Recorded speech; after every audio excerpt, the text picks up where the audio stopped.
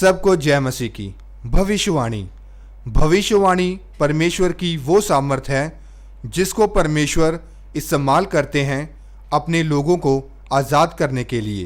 तो आइए आज हम सुनते हैं कि कैसे परमेश्वर ने अपने दास प्रेरित अंकुर नरूला जी के द्वारा अपने लोगों को आज़ाद किया। अपोस्टल जी, ये सिस्टर का नाम अंजू है और अपोस्टल जी ये अपनी गवाही दे रहे हैं अपनी बेबी की।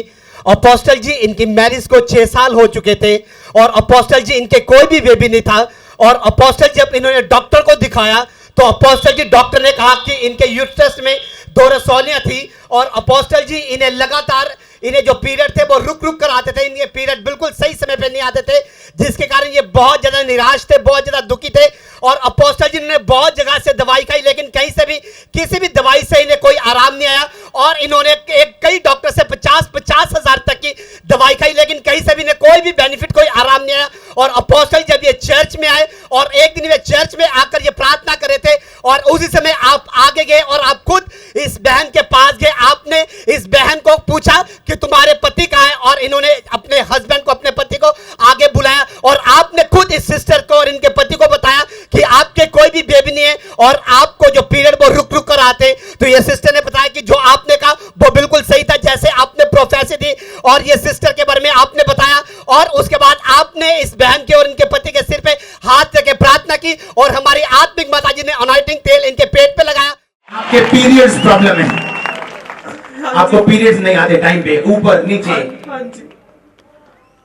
क्योंकि कुछ बातें ऐसी हैं, मैं आपको इसलिए बताऊंगा कि लोग सीख सके कि परमेश्वर आपको जानते हैं।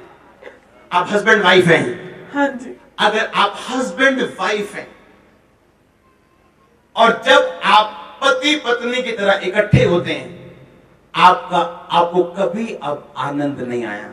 हाँ जी। ये मैरिड लोग समझ सकेंगे मैं क्या बोल रहा हूं।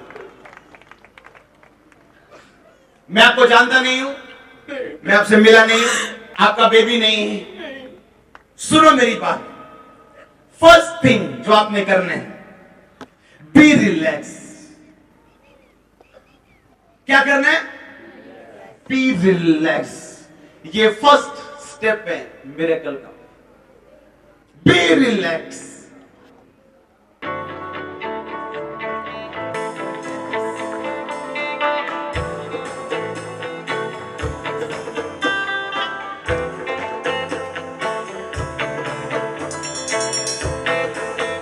अपोस्टल जी यहाँ से जाने के बाद कुछ समय के बाद ये बहन प्रेग्नेंट हुए।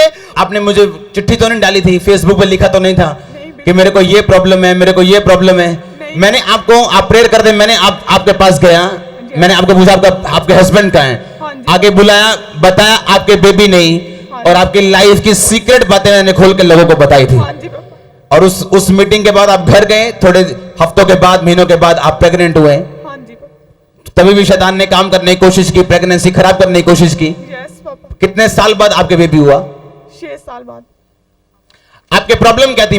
जो फिजिकली आपके यूट्रस में क्या प्रॉब्लम थी? रसौलियां और पीरियड टाइम पे नहीं आते थे। और डॉक्टर ने क्या बोला था आपको? डॉक्टर ने बोला था आपके बेबी कभी नहीं होगा।